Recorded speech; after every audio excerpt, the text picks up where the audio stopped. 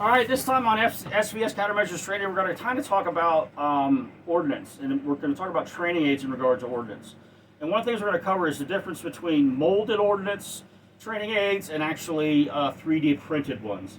And we're not going to go too deep in this. We're going to do some videos later about this, but we're going to kind of just give you an introduction to what's out there. So if you're using ordnance for training, it really depends on what you're actually doing. So if you're an EOD tech like myself, and you're doing team training in regards to UXO training, you're going to need something that's very accurate in regards to the dimensions of the actual item. It needs to look like it, needs to measure and all the different measurements, and they know where they'll actually measure these things to make sure it's actually accurate. So when you get into the 3D printed stuff, that's where you're going to run into a lot of problems, is because a lot of this stuff does not match the pubs in regards to the measurements. So if you're doing a EOD UXO recon type training, and you're going down and you're having your tested kid or whoever try to figure out what this is and then go back and look it up to the pubs, he's going to be taking measurements. He's going to be using calipers. He's going to be using tape measures. He's going to be using all this kind of stuff, and also looking for nomenclature or key ID features on the ordnance item to try to go back and input that into his database to find it. And if your training aid does not provide the same type of information that a real ordnance item would, it's not going to work. Okay, it's not going to work. So a lot of the 3D printed stuff that I've experienced, especially the free stuff that you can download online, it can essentially be way off in regards to their measurements. So sometimes the guys that do these prints will actually tell you where they've got their information from. There are some decent sites out there, like Bullet Picker is a great site if you want to reference the dimensions or diameter and overall length of a piece of ordnance to try to get into the range for that. Has a lot of the old technical manuals in there. It's a great hub for that. CAT UXO is a good one, but I think they make you pay if you want to get more information about anything. But Bullet Picker is probably the best one if you want to go out there and reference that. The other thing with 3D printing, we're not going to get into depth on that, is you got to make sure your 3D printer its offset is actually set and calibrated. And there's videos online, depending on what system you're using, on how to do that. So the print may show that the diameter of it is 105 millimeter, but because your system's not calibrated, your offset's all, you might print it to 102 millimeters. So you need to make sure that's another problem that could happen.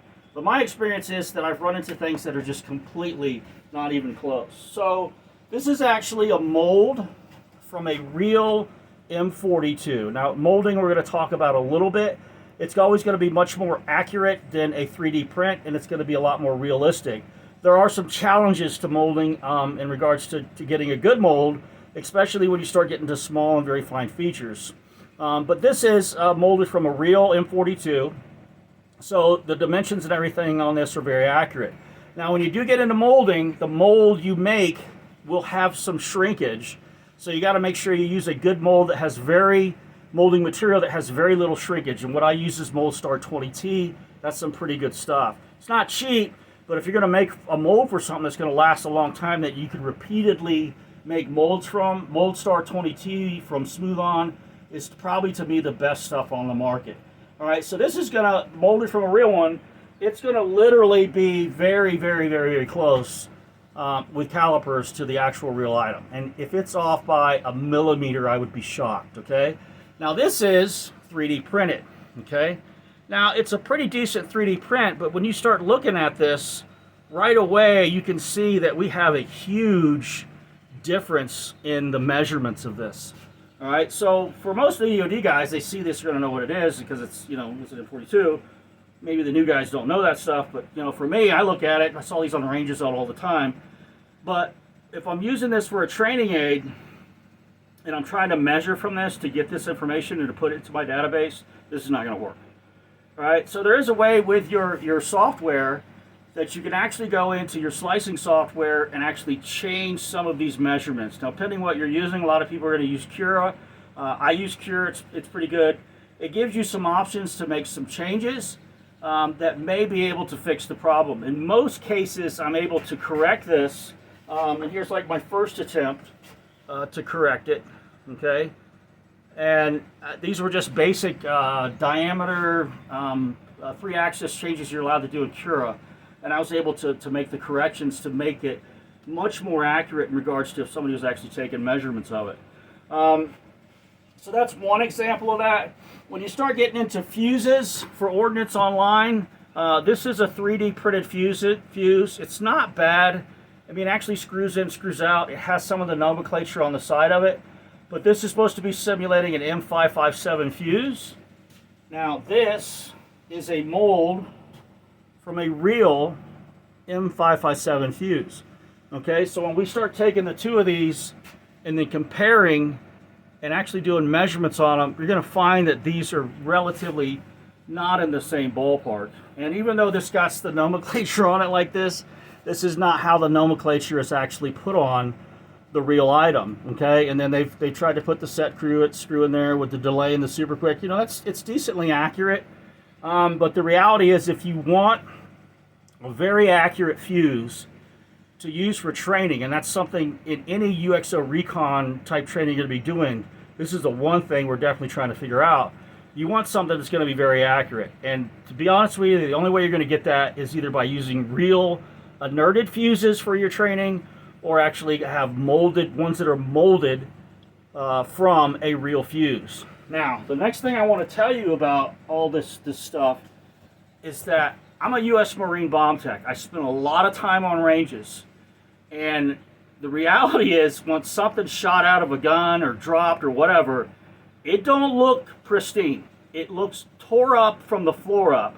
So even trying to use these pristine type condition fuses for UXO training is great for a beginner level, so they can start understanding the process of looking things up in their system. But the reality is, when they go into a combat area or a combat zone, the shit ain't gonna look like that. Absolutely fucking not gonna look like that. Okay, so with 5.57s, one of the things we used to do is knock the outer cone of it off and sit there, and that's your infamous T-bar fuse that you would see guys for hours trying to find in the pubs, okay? Because you just took all their measurements away, you took everything away, they had no idea what they're doing, and that was one of the most famous fuck you problems back in the day. It was just a simple case of, you're so used to training on a pristine condition, when we show you what it's going to look like downrange, guys are fucked, okay? So you have to train with fuses, especially the fuses, that have been shot, that they're going to look like what they are when they've been shot downrange. Now, if you can get these, I would work with the Marines on that, and then you could actually mold these and have great training aids to use for fuses in a fired condition.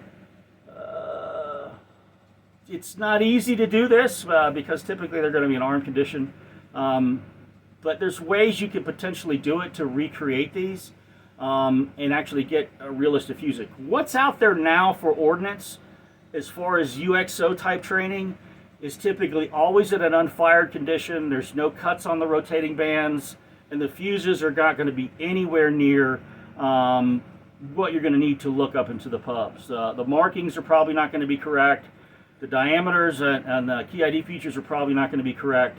And the most part is that they're not going to look like what they look like when they're downrange.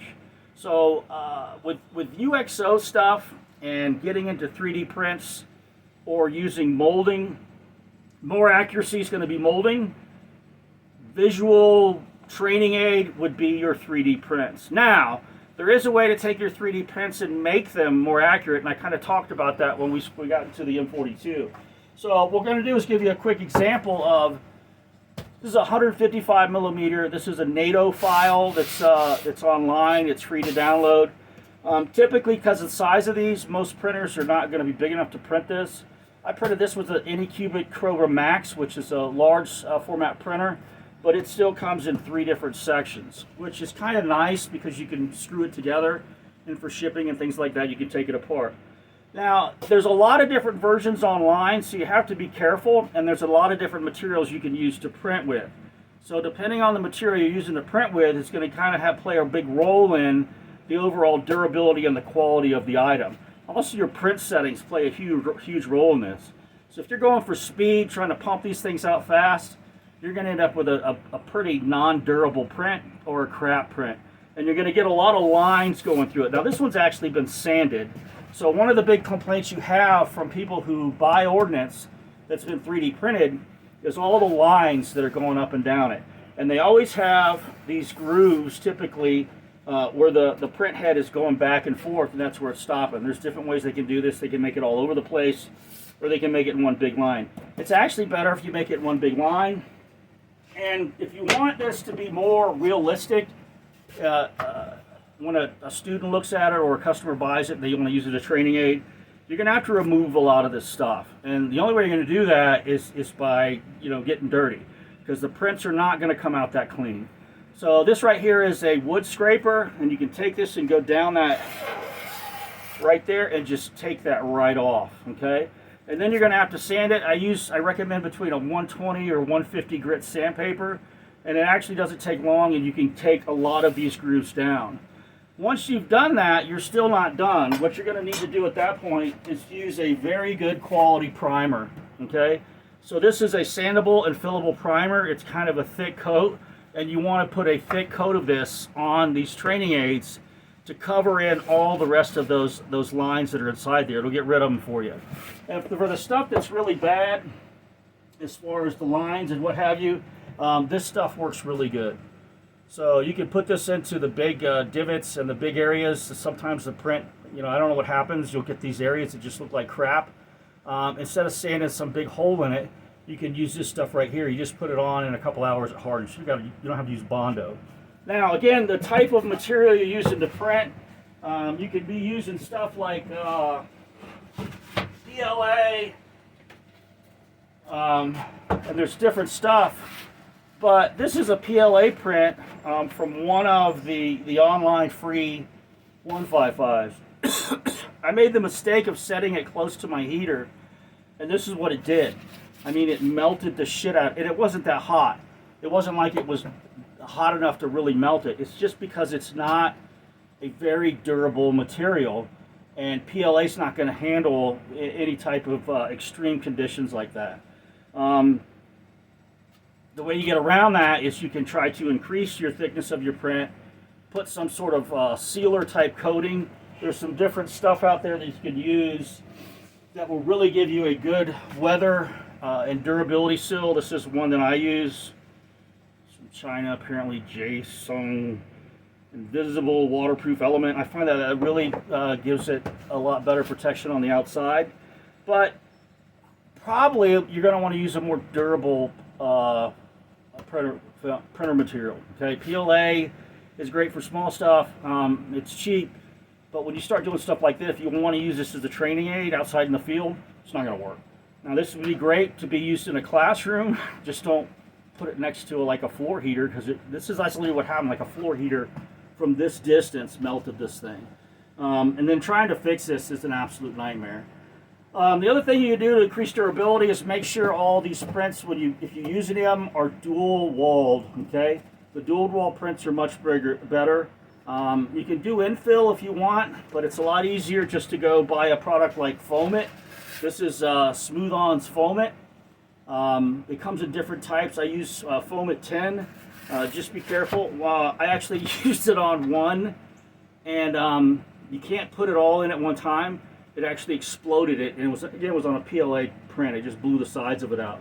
PLA is not the best thing if you want to be doing ordnance items. You probably want to use a different heavier duty type print. So again, just a real quick go over on UXO or ordnance training aids in regards to whether they're 3D printed, typically visual only.